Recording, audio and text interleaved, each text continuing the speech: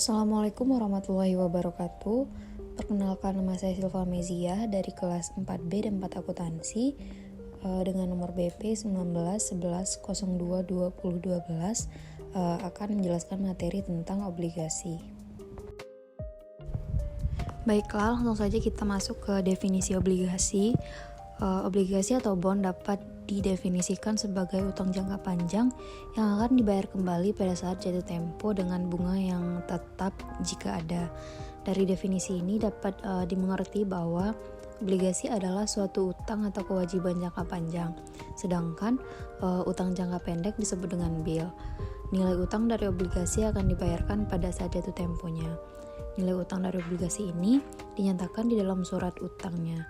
Obligasi mempunyai jatuh tempo, berarti mempunyai lama waktu pelunasan yang sudah ditentukan. Bunga dari obligasi adalah tetap, misalnya 14% setahun, jika ada dan sudah ditentukan. Karena obligasi membayar bunga yang besarnya tetap, maka obligasi dikenal juga sebagai sekuritas pendapatan tetap. Walaupun kebanyakan obligasi memberikan bunga tetap, ada juga obligasi yang tidak membayar bunga. Selanjutnya yaitu kode obligasi. Obligasi yang tercatat di pasar modal diberi kode. Kode obligasi ini dimaksudkan untuk membedakan satu obligasi dengan obligasi yang lain untuk kepentingan pencarian dan organisasi data di komputer dan untuk menunjukkan karakteristik dari obligasinya. Misalnya untuk pasar modal Bursa Efek Surabaya, obligasi-obligasi diberi kode sepanjang 12 karakter. Kode ini dimulai dengan obligasi-obligasi tercatat setelah tanggal 3 April tahun 2000. Selanjutnya, obligasi seri dan termin. Obligasi atau bond dapat berupa serial bond atau obligasi seri, dan term bond atau obligasi termin, atau kombinasi keduanya. Serial bond atau obligasi seri adalah suatu kelompok obligasi yang obligasi-obligasinya akan jatuh tempo berurutan, yaitu satu atau lebih obligasi akan jatuh tempo periode berikutnya setelah satu atau lebih obligasi lainnya jatuh tempo, misalnya setiap 1 tahun atau setiap 2 tahun dan seterusnya. Kemudian ada term bond atau obligasi termin, adalah obligasi-obligasi yang jatuh temponya bersamaan waktunya. Terdapat beberapa macam obligasi yang ditinjau dari penerbitnya.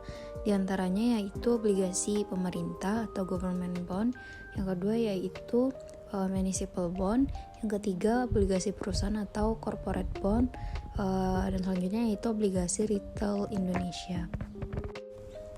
Pada materi selanjutnya yaitu ada nilai obligasi.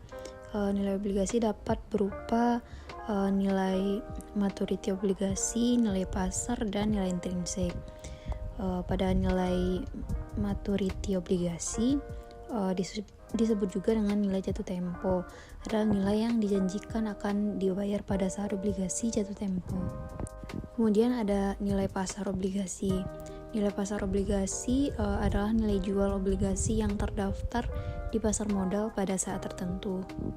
Dan yang terakhir yaitu nilai intrinsik atau intrinsic value atau nilai fundamental, adalah perkiraan nilai sebenarnya dari suatu obligasi. Selanjutnya yaitu likuiditas atau disebut juga dengan marketability dari suatu obligasi, menunjukkan seberapa cepat investor dapat menjual obligasi tanpa harus mengorbankan harga obligasinya.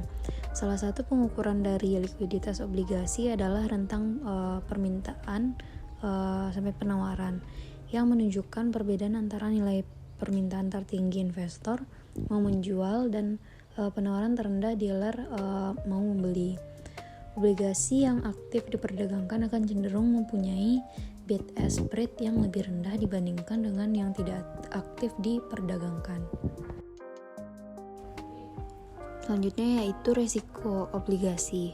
Walaupun obligasi lebih rendah risikonya dibandingkan dengan saham, tetapi obligasi tetap aktiva berisiko.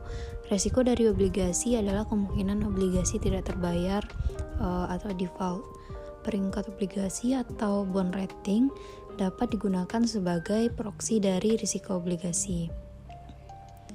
Peringkat obligasi adalah simbol-simbol karakter yang diberikan oleh agen peringkat untuk menunjukkan risiko dari obligasi.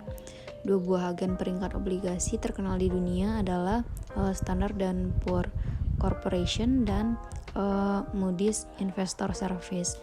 Di Indonesia, obligasi diperingkat oleh PT Pevindo yang didirikan tanggal 21 Desember 1993 dan PT Kasmnig Credit Rating. Berikut adalah durasi obligasi. Obligasi dengan durasi yang sama kemungkinan akan bereaksi dengan cara yang sama akibat perubahan dari suku-suku bunga dibandingkan dengan obligasi-obligasi yang mempunyai lama maturity yang sama tetapi berbeda durasinya. Ini tidak mengherankan karena lama maturity hanya menunjukkan waktu sampai pembayaran aliran kas obligasi terakhir jatuh tempo, tanpa mempertimbangkan pola dan besarnya aliran kas keseluruhan. Misalnya dua buah obligasi yang sama maturity-nya yaitu 10 tahun, satu dengan tingkat kupon 12% dan yang satunya dengan tingkat kupon 18%, mempunyai umur hidup ekonomis yang berbeda. Obligasi kedua mempunyai umur hidup ekonomis yang lebih pendek karena mempunyai aliran kas yang lebih besar dibandingkan dengan obligasi yang pertama. Durasi mempertimbangkan kedua hal tersebut.